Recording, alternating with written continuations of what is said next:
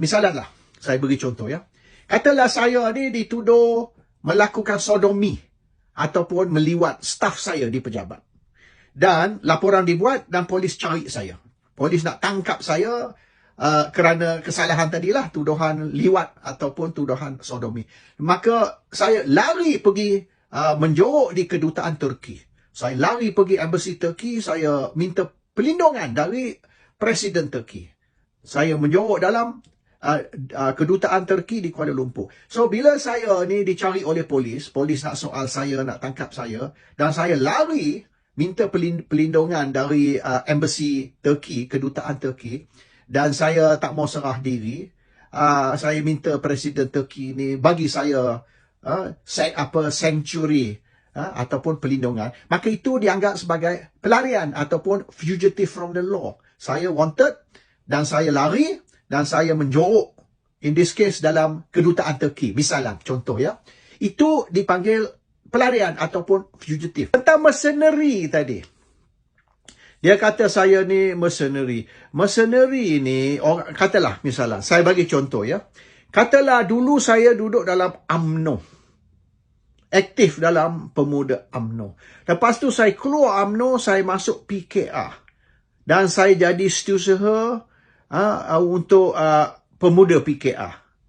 Okay? I mean the PKR apa, masa tu keadilan lah, belum PKR, masa tu PKN. So, saya jadi setiausaha pemuda keadilan. And saya hentam UMNO, saya kutuk UMNO, saya cakap macam-macam benda tak senonoh terhadap UMNO dan pemimpin-pemimpin UMNO.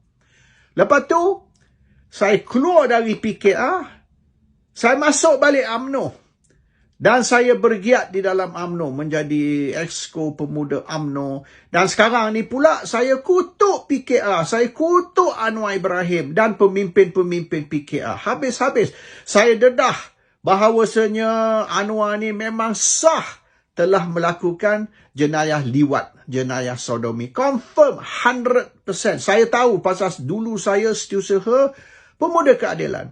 Sebagai setiausaha pemuda keadilan, banyak rahsia saya tahu. So, saya dedah. Yang Anwar ni bawa lari 3 bilion duit kertas bernilai RM500 dan RM1,000. 500 and 1,000 note saya bawa lari pergi Indonesia. 3 van.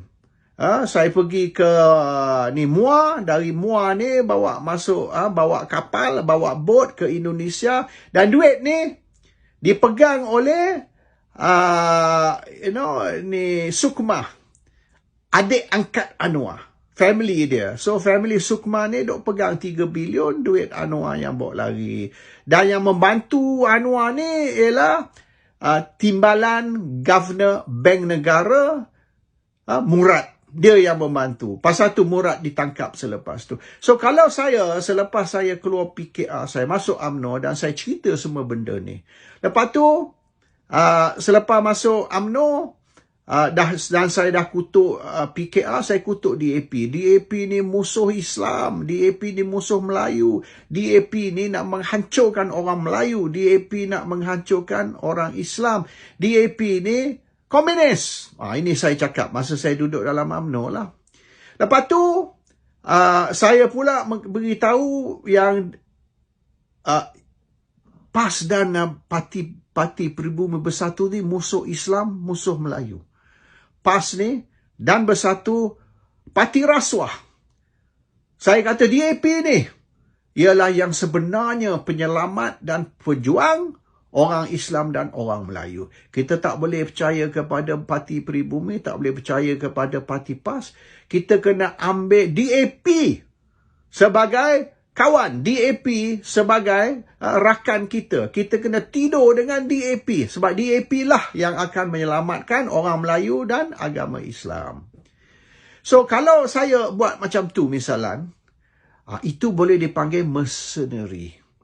Dan selepas kita kutuk DAP, kita kutuk PKR, kita kutuk Anwar, kita kata kita kena tubuhkan satu kerajaan bersama Anwar, bersama DAP dan bersama PKR. Sebab masa depan orang Melayu, masa depan Islam, duduk di tangan PKR dan DAP.